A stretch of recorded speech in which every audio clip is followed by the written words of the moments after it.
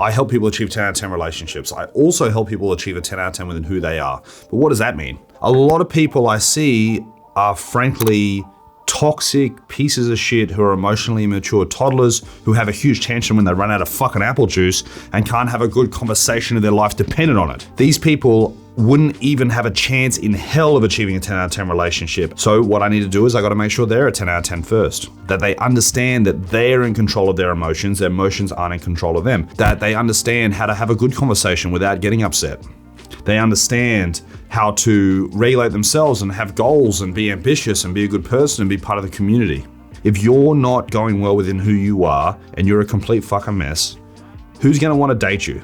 I would tell people to stay away from you. So getting yourself to a 10 out of 10 is essential and a big part of it's actually probably the main thing I do. Because once I get someone to a 10 out of 10 within themselves, then their ideal partner just walks in anyway, it's easy. But getting them to a 10 out of 10 is the main thing. How do I do it? We gotta work on the confidence, self-esteem, self-worth. Get rid of the fears, insecurities, the self-sabotage and behavior. First thing I do, I make sure there's no exes in the picture. If you're best friends with your ex, block and delete, they're gone. Friends with benefits, gone. Get rid of all these losers who you're allowing in your life. Gone, gone, gone. Get rid of all that low value garbage. Anything low value, it's gone. What I do is I also get you to do a bunch of hobbies, social hobbies, which are hard in nature. Toastmasters, martial arts, CrossFit, hobbies which will put you out of your comfort zone where you can be part of a community. Very important. Human beings are social creatures. We must do those things. So doing lots of hobbies every week is very conducive to becoming a 10 out of 10. Other than that, make sure you're physically looking after yourself, eating right, exercising, having some cold water showers, ice baths, things of that nature, which also makes a big difference. As well as that, you understand about positive affirmations and talking well about yourself. Never ever talking ill of yourself, ever. Avoiding sentences like, here's an example. Some people say, I suffer with anxiety. Terrible sentence, you're talking ill of yourself. Instead of saying, I suffer with anxiety, you should say,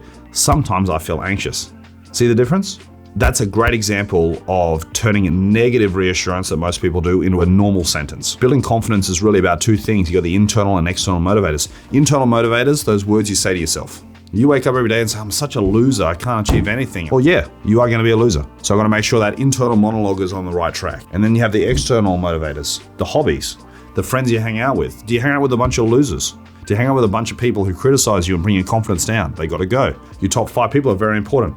As well as that, what content do you consume? Do you sit around watching really toxic content all the time? Because if you do, it's gonna be really, really difficult. So I gotta make sure the content you consume is really good. As well as that, I gotta make sure your environment is good. Your household's a mess, or you're working in a toxic environment at work, or any of these things, it's gonna be really hard to achieve a 10 out of 10 as well. All these external motivators are very important. Gotta make sure they're on the right track. So really take stock of those things. So if you're watching this, grab a pen and a piece of paper, write down all external motivators you can think of. Write down the people you hang out with, the environments you hang around, the content you consume, the hobbies you do, all these external motivators, and see if you're on track. And then I'll write down your internal motivators. What words are you saying to yourself? What are you saying you're no good at? What are you saying you suffer with? What do you say that you're good at?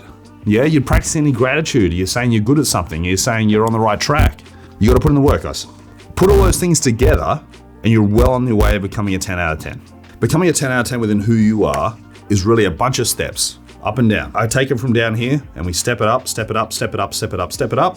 And then they get up here and they're such a high value, beautiful person that everyone wants to hang around with them. And what's also funny, they earn way more money because people want to be around them more. So they get more job offers and business opportunities and all sorts of great stuff. And their life improves dramatically. So if you're not sure about doing something or not doing something, ask yourself the question, is this high value or is this low value?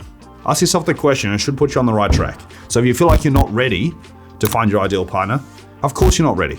I get you ready. That's what I do. If you need help, book a new call, subscribe to my channel.